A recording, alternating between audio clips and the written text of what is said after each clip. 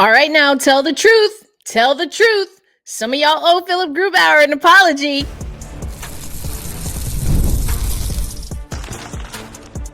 You are Locked On Kraken, your daily podcast on the Seattle Kraken, part of the Locked On Podcast Network, your team every day.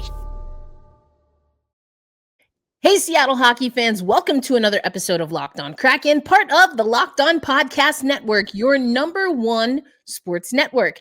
Erica L. Ayala here, your host of Locked On Kraken. I am also an accredited media member for Milano Cortina. Yes, I'm saying it the Italian way because, well, it's in Italy. 2026 Winter Olympics, less than 3 months away, and your girl will be there covering the men's and women's hockey tournament every dayers. Thank you, as always, for tuning in. I know you know that I have a special assignment. I'll talk about that once I have more details. But of course, we will be covering Locked On Kraken. Had a conversation with Philipp Grubauer last week ahead of his amazing start that we're going to talk about. Before we get into that, have to let you know today's episode of Locked On Kraken brought to you by FanDuel. Download the FanDuel app now by visiting FanDuel.com, and you can win $300 in bonus bets if your first $5 bet wins. Philipp Grubauer, the German gentleman. As I said in my post game, which I think was on our game night, I actually forgot to post it on social media, so apologies.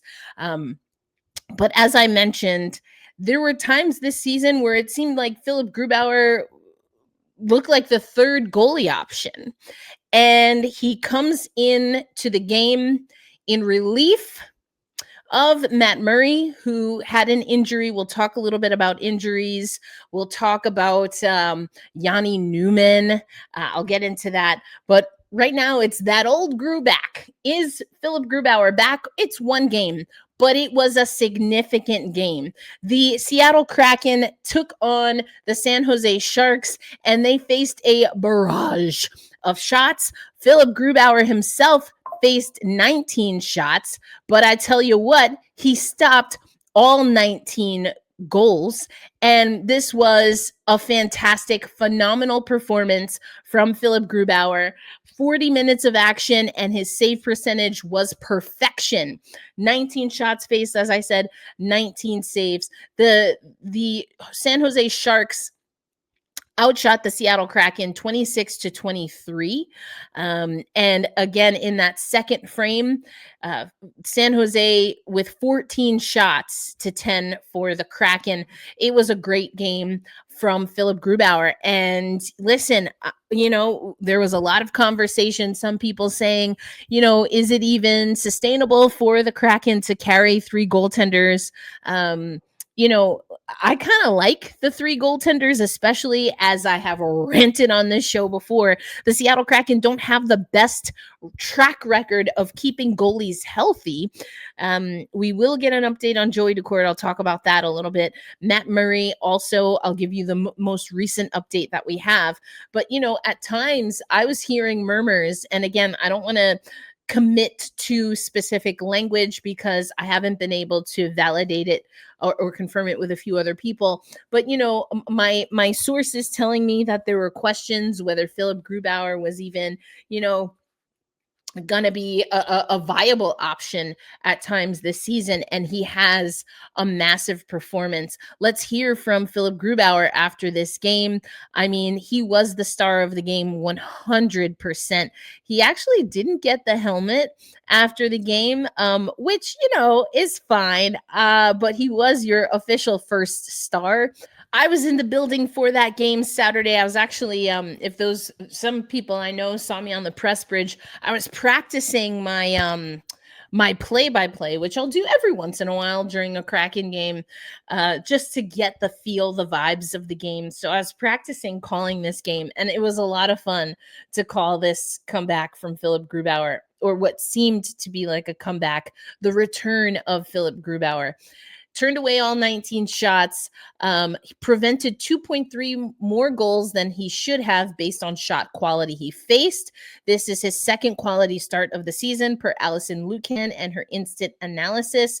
Kraken goaltender saved 90.9% of all shots against that came from the slot and 83.3% of all shots that came from the inner slot. And that's important because after the game, Lane Lambert was asked about Philipp Grubauer, but then he said also Matt Murray, and he wasn't lying. In the first few minutes of this game, San Jose absolutely peppered Matt Murray, and he came up big time. It was a former Kraken member, Alex Wenberg, who got the lone goal in that 4-1 loss for San Jose, a 4-1 win, of course, for your Kraken. Jaden Schwartz had 2 goals, including an empty netter, and he led all players in individual shot quality, 1.52 expected goals. He had 2 goals. He also tied for the lead in the game in slot shots, tied with Chandler Stephenson. Chandler Stephenson, oh man, I might owe him an apology, but then I say that, and then he kind of, messes the bed, so to speak, when it comes to his defensive prowess. But this man knows how to pass. There were some times, oh my gosh, not everything connected, but you see that he has such great vision on the ice. And I've said this before. I'm going to go back to Philipp Grubauer. We're going to hear from Philipp Grubauer shortly, but just a note on Chandler Stephenson. Stevie, man, the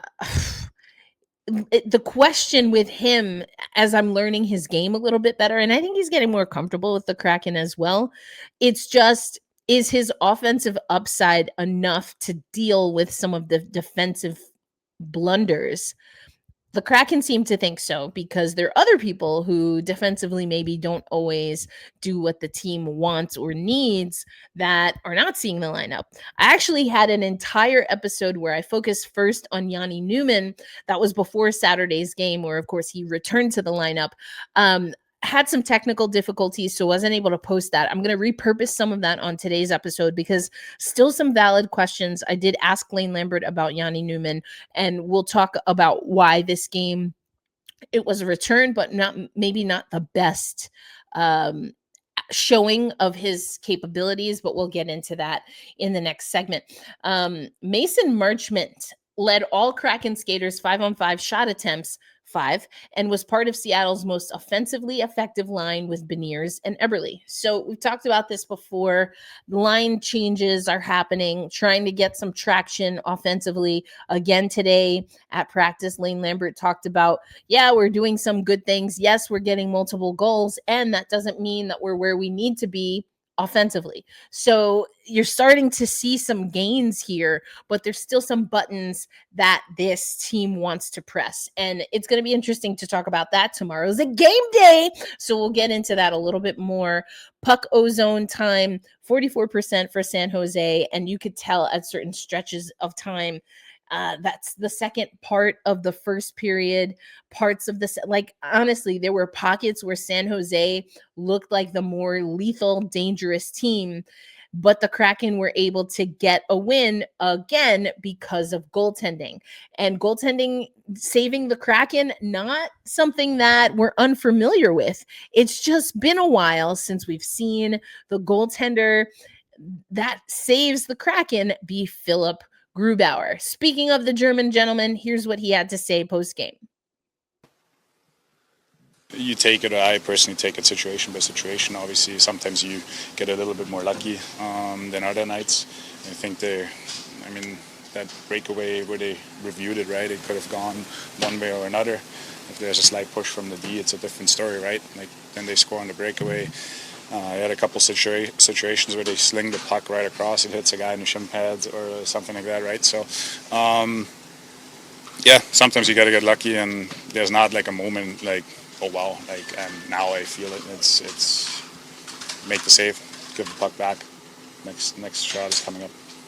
Did you do anything different in the first intermission just because you hadn't been out there, you hadn't been warm yet, or was it just a normal in-between intermission kind of thing for you? I mean, you try to get ready somewhere in the back or in the weight room, right? You're not just sitting in your stall and waiting and looking at the clock and seeing it count down. But no, you couple hand-eye coordination things and get the body going a little bit. Ruby, the team really played a strong third period in front of you. Even taking 3 penalties, the Sharks only got 5 shots in the third period. Yeah. I think we can do a lot of things a little bit better in the last period. I think we got to be a little bit smarter with the puck in terms of getting it out of the zone and not turning it over and not going back to the second period, getting caught in the zone for too many minutes. But yeah, everybody was committed. It's incredible. Schwartz blocked in the second period, right? Like you have Matty takes a one-timer from the slot, like when they pull the goalie, like Hartsey comes down, gets a stick on it, backdoor, right? So those are all like key moments, and everybody's committed and buying in, and that's what we need from everybody, right? Do the last two games feel like a turning point of sorts? Because the homestand didn't start all that great with the Columbus game. It could have gone in a different direction. Instead, you got 9 goals last 2 games. Yeah. I think, I don't think we got too many shots against Columbus. Was that the game? Maybe, probably. We had a couple meetings, right? So we need to score goals, and how can we get better? So we're looking at everything, right? D-zone, offensive zone, and we worked on that in practice, and that's what we learned from and got better at. So Philipp Grubauer, was asked a lot about having to come into a game. Another thing that was mentioned post game was that this team blocked a lot of shots. Jaden Schwartz had an epic block. Some big blocks in this game. Vince Dunn didn't have a great game. I'm going to keep an eye on that. It was very choppy for Vince Dunn. So I want to see the next 2 games, how his game score is looking, because it looked a little rough. But just a great effort here, the way the Kraken have to win, including the next man up mentality with Philipp Grubauer coming into this game in relief of Matt Murray. Coming up next on Locked On Kraken, I did, before this game, again, had a segment where I was talking about where is Jani Nyman and why aren't we seeing him in the game? He was our best offensive player without question in preseason. Now, you take that with a grain of salt, but he looked fit. He looked ready to attack, which is something that we know Lane Lambert and this Kraken team want, but I've said it before, maybe what he was doing defensively, not enough to get some minutes. We'll hear what Lane Lambert had to say prior to the game as a part of that segment that I did. And then I followed up with him on maybe why, even though Newman was in that game on Saturday, we didn't see a lot of minutes from him, but maybe not necessarily in the way you think. We'll talk about that and more coming up on Locked On Kraken. Today's episode of Locked On Kraken brought to you by our friends at Game Time. Now, we know the NHL season, NBA, NFL, all officially here, and nothing beats being in the arena for home games. But let's be real, getting tickets can be a headache between waiting in queues, surprise fees, and prices that jump right before checkout. It's easy to get frustrated when all you want to do is cheer on your team. And that's where Game Time comes in. The app gives fans the advantage. It's your ultimate life hack for scoring amazing NHL tickets fast, easy, and stress-free. Now, I love using Game Time because, again, you can look at the upfront cost right away. You know when you pick your tickets, that's the price that you saw on the app is what you're going to see in your checkout cart. I also love that you can see the view from your seats. I know when I go to Mariners games or baseball games in general, I have a specific angle that I like from the third baseline. So I always try to gauge what that is in different ballparks that I've never been to. And I can do that right on Game Time. So take the guesswork out of buying NHL tickets with Game Time. Download that Game Time app, create an account, and use code LOCKEDONNHL for $20 off your first purchase. That's code LOCKEDONNHL for $20 off. Swipe, tap, ticket, go. Today's episode of Locked On Kraken also brought to you by our friends at Dewar. Now, this is pretty cool because this is a special for your Pacific Northwest podcasts. Dewar has partnered with us, the Seattle market, and a few other markets to introduce a new style of jeans that you're not going to want to miss. If you are active, but you're also environmentally conscious, you want something that is built to last, then Dewar is where it's at. Dewar jeans have 5 times the stretch of traditional denim. They're antibacterial, meaning your jeans stay fresh for longer so you can wear more and wash less. And they're made with Cool Max that regulates your body temperature and wicks moisture. I love the story behind Dewar. It was a founder who wanted to impact positively their carbon footprint and bring that down. So traded in a vehicle, a motorized vehicle, for a bicycle. But riding a bike in jeans, not comfortable. So I love that also. And that's kind of what the history is here. And it's, it gives you that comfort of maybe wearing some of those joggers, but you can have a more elevated look because it's a really solid quality. And so it's classic jeans wear with comfort and performance that you can get from athletic wear. The best of both worlds. Simply put, Dewar makes the world's most comfortable pants without having to sacrifice style. Get a pair for yourself, or you can get one as an amazing gift for a loved one. Go now to shopdewar.com/LockedOnSeattle. You'll get 15% off your first order. That's shopdewar.com/LockedOnSeattle for 15% off. Go to shopdewar.com/LockedOnSeattle.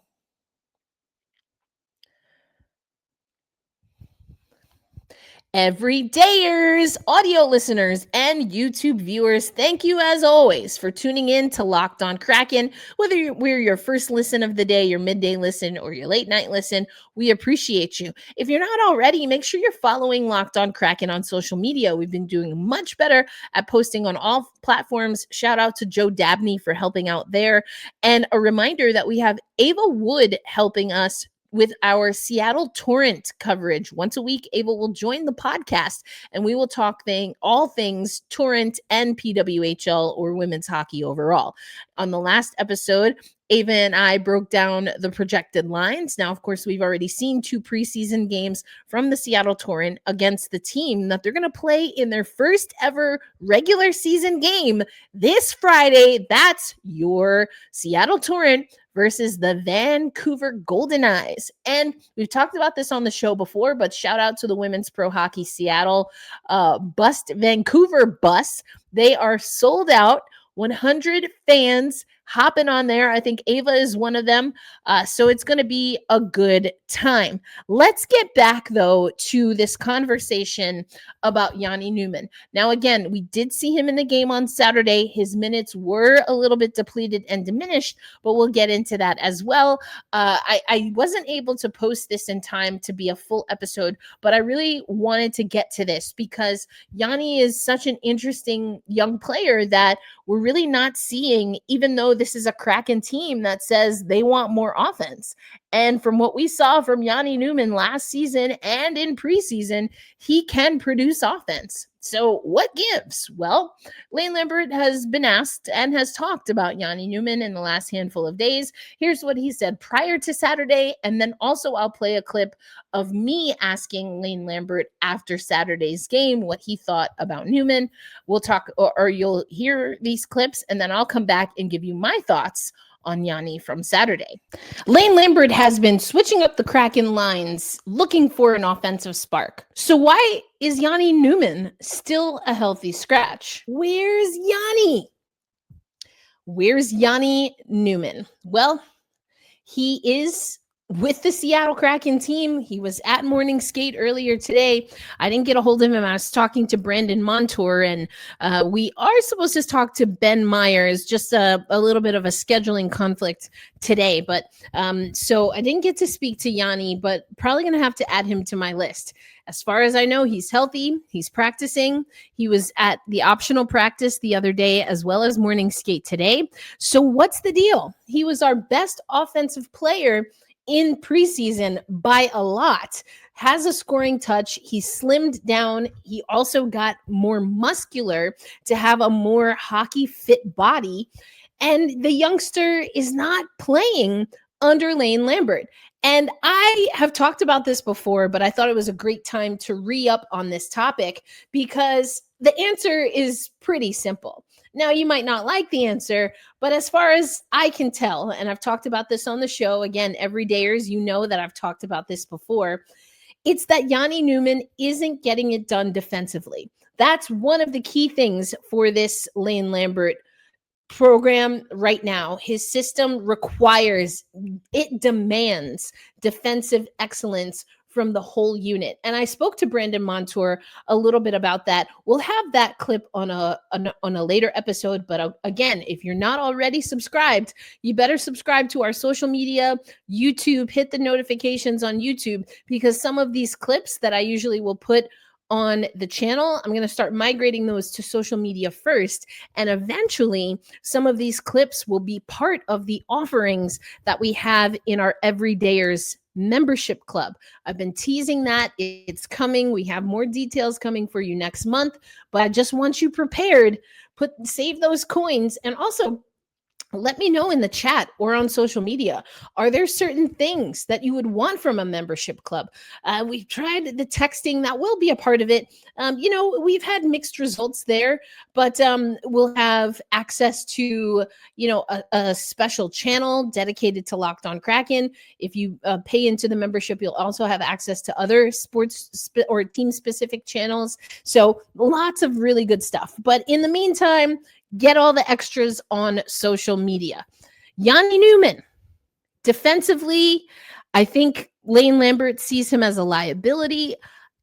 I'd have to go back to some of those first games. I don't think he was noticeable in a good way. I don't think he was noticeable necessarily in a bad way from what I recall, defensively speaking. But, Lane Lambert would and the staff obviously have some feelings about that. In fact, Lane Lambert the other day after the 5-3 victory over Winnipeg was asked about that at practice. And I want you to hear Lane talk about it. What does Jani Nyman need to do to find more minutes in this lineup right now? Stay ready. That's the first thing. That's one of the biggest things. It's not just for a younger player. It's for any player who hasn't played for, a few games. Is you got to stay ready. You got to make sure you're ready and you're in game shape. That's step one. Step two is when he gets back in. His detail, his defensive play, and I want him to do what I'm talking about with everybody else. I want him to use his shot. Thank you. Coach, how would you assess Jani's performance, particularly what he was able to do defensively, winning pucks back for the team tonight? I thought he was good. I thought he started the game well. We ran into penalty situations. He's not playing on the power play right now, and he's not playing on the penalty kill. So his minutes got taken away. There was a bunch of special teams, but I thought he played well in the time that he played. So there you go. I mean, a pretty obvious answer there, that Jani Nyman is just not on special teams. What I saw was Jani Nyman being much more active defensively. Now, that was in all three zones, but I think you really saw him being aggressive on the forecheck. I actually didn't record my,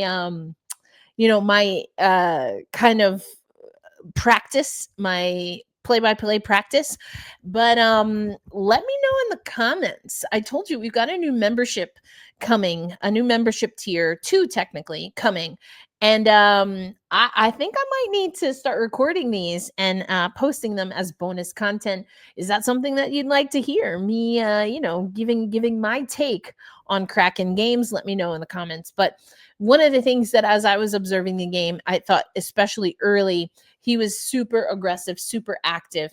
Now, the situation, as you heard it there from Lane Lambert, is that this team, the Seattle Kraken, they got into hot water when it came to the penalties. And so, at that point, there's only so much that you can do with a guy who, again, is not on your special teams. But I want to take a look here at Jani's stats from the other night, because my eye test tells me that he did pretty well. I think you heard Lane Lambert say that, he liked what he saw in the minutes. I don't think he was, it was a glowing, you know, recap or analysis, which is fine. Again, Newman's minutes got diminished because the Kraken were on the PK. What was it? 6 times? 6 total times, only 2 power play opportunities, and 0 for 2 for the Kraken, 1 for 6, 16.7% for San Jose. But if you look at the box score here and you look at the Kraken numbers, specifically for Jani Nyman, time on ice, less than 7 minutes. I think that in those 7 minutes, he showed promise, at least a little more giddy up, perhaps on the defensive side of things than I've seen in the past. But it's super small sample size here. 6 minutes for Newman, 9.21 minutes for Wright, 9.57 minutes for Berkeley Catton. Ellie Tolvanen had 12 minutes of action, a lot more time. He, is on that power play. Ellie Tolvanen was a +1 in this game, and Tolvanen is definitely one of those players. I want to talk about this perhaps on another episode, but we hear the Kraken. I've talked about the Kraken needing to be less direct, getting the shot off quickly. I actually, again, in that what is now what I would call a lost episode, talked about Al Kaniski on our radio broadcast. Oh man, in person for sure. And I think I haven't listened to the radio for a little bit here because I'm here in Seattle right now.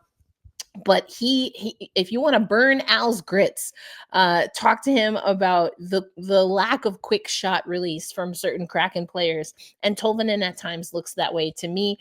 Anyway, just wanted to point that out regarding Jani Nyman. Coming up next, the ever present topic on Locked On Kraken this season: who is available, who is injured. We'll get an update on Jared McCann, Joey Daccord, and of course, Matt Murray. If you follow us on social media, then you know that we had talked to Lane Lambert earlier in the week ahead of the game against San Jose, and we were told that Jared McCann could possibly travel with the team. We saw Freddie Gaudreau, of course, come back into the lineup. So, let's hear what Lane Lambert has to say about any updates regarding injuries. That's coming up as we have our game day eve episode of Locked On Kraken. As I mentioned at the top of the show, today's episode brought to you by our friends at FanDuel. The NBA, NFL, NHL, of course, are all back, and there's no better place to get in on the action than FanDuel, which happens to be your official sports betting partner of the National Basketball Association. Even if you miss the start of a game or you want to ride the hot hand, FanDuel has the best live bets on everything from who will score next to fourth quarter comebacks. Plus, you can even combine your live bets into a same game parlay for a shot at a bigger payout.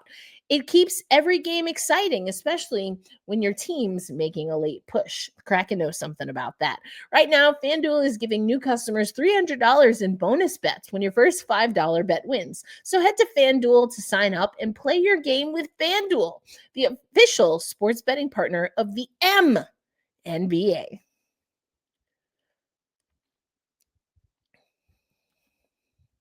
All right, Kraken fans, let's play our favorite game. Who's actually available?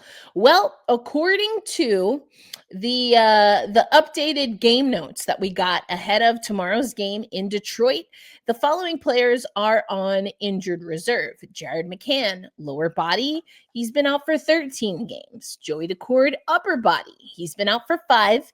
And Kaapo Kakko, lower body. He's been out for 1 game. Now, again, if you follow us on social media, I told you Kaapo Kakko week to week. Jared McCann and Joey Daccord have been seen at practice. I've talked about this. I've posted it on social media. So what are the updates there? Well, we heard from Lane Lambert after practice today, and he gave a few updates on, again, the what seems like a laundry list of players for the Kraken that are not quite ready yet. Two guys here, Daccord and McCann. Any updates on those two? Progressing nicely. Both of them practiced today, so both of them still on IR, and we'll see where we go here tomorrow. But certainly having them here and having them in practice is a positive sign. Back in Seattle, Capo and Murray.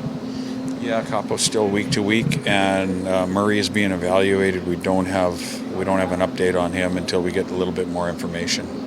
So, he talks about a few things regarding the road trip, and we'll talk about that tomorrow on a game day episode of Locked on Kraken. But again, week to week for Jani Nyman. Also not on this road trip, Matt Murray. That means that, as far as we know, Philipp Grubauer will get another start. Now, if Joey Daccord is healthy, he probably gets the start. This is the start of a road trip, including a weekend back-to-back. So, yes, Joey Daccord is progressing. Is this, though, the stretch and the road trip that you want to push somebody just coming back from injury? Especially because, as you know, I've ranted on this podcast multiple times over the years that we overwork goaltending. So we got to keep eyes on if we hear or see any call-ups. Injured reserve Joey Daccord still on IR. Given that Matt Murray is being evaluated and he's not on the road trip, he might also go on IR, maybe just for a short stint. So do the Kraken utilize that extra roster spot and bring up a goaltender just for safekeeping? Or will we see them utilize that for a skater, Ben Myers, who's been someone I think who's been playing really well? We were hoping to catch up with him. I think now the reason we had a little difficulty catching up with him is because he was a healthy scratch to make room for Freddie Gaudreau. And Jani Nyman also slid into the spot occupied by Capo. So it's going to be interesting to see what moves the Kraken make, given that, again, they're on a road trip, and the road trip will end with back-to-back games. It's Pittsburgh and I think Long Island. So we'll see. We'll see how this team manages. That's been the name of the game, is managing injuries and trying to get this team to increase its offensive output. And honestly, Lane Lambert's not doing so bad.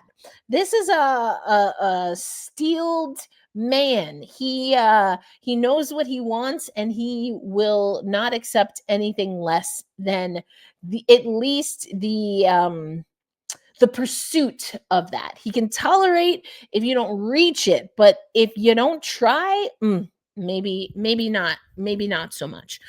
In the West, your top three teams in the Pacific Division: Anaheim, LA, and the Kraken. That's right. In the division, we are third overall. In the conference, we are fifth overall, ahead of Winnipeg, ahead of Chicago, Vegas, Utah, Minnesota, San Jose, ahead of Nashville. So I love to see it. This is a Kraken team that is doing better than I expected this early in the season. I hope that this means that this could be a playoff-bound team. It's super early, and we'll hear more from Lane Lambert. He talked at practice today about the things that he likes about the team. We've been talking a lot, as I often do, about what we need to do more of. But I loved that. I believe it was Everett, friend of the pod, Everett Fitzhugh, asked, okay, but what do you like at this point in the season? And we'll talk about that on tomorrow's game day episode of Locked on Kraken, part of the Locked on Podcast Network, which is your number one sports network. Of course, you can find us here at Locked on Kraken on YouTube. Hi, YouTube viewers. I love your comments. We have such a good time in the comments most of the time. And please continue. Some of our YouTube commenters have started migrating over to social media, so I appreciate you commenting there as well. You can also email lockedonkraken krakenkraken@gmail.com if you have specific questions that you want me to answer, or at least try to answer on the podcast. And again, let me know, what kind of bonus content do you want for this membership group? I think, drop in the audio of me practicing play-by-play would be really fun, at least for me. But let me know what you want. Exclusive interviews will, of course, be a part of it. I love doing interviews for Locked on Kraken. We're going to have some other fun things like voice notes and things that we can do. But let me know what you want to see, and we'll try to integrate it as we have our membership tiers that are going to start in December next month. As always, a reminder, be kind to yourself. I'm just going to pause there for a minute. I want you to hear this. Be kind to yourself. And when you're able to extend that kindness to others, let's hold fast, stay true, and loud and proud we say, let's go Kraken and let's go Torrent. I will catch you on the next episode. Peace out, everybody.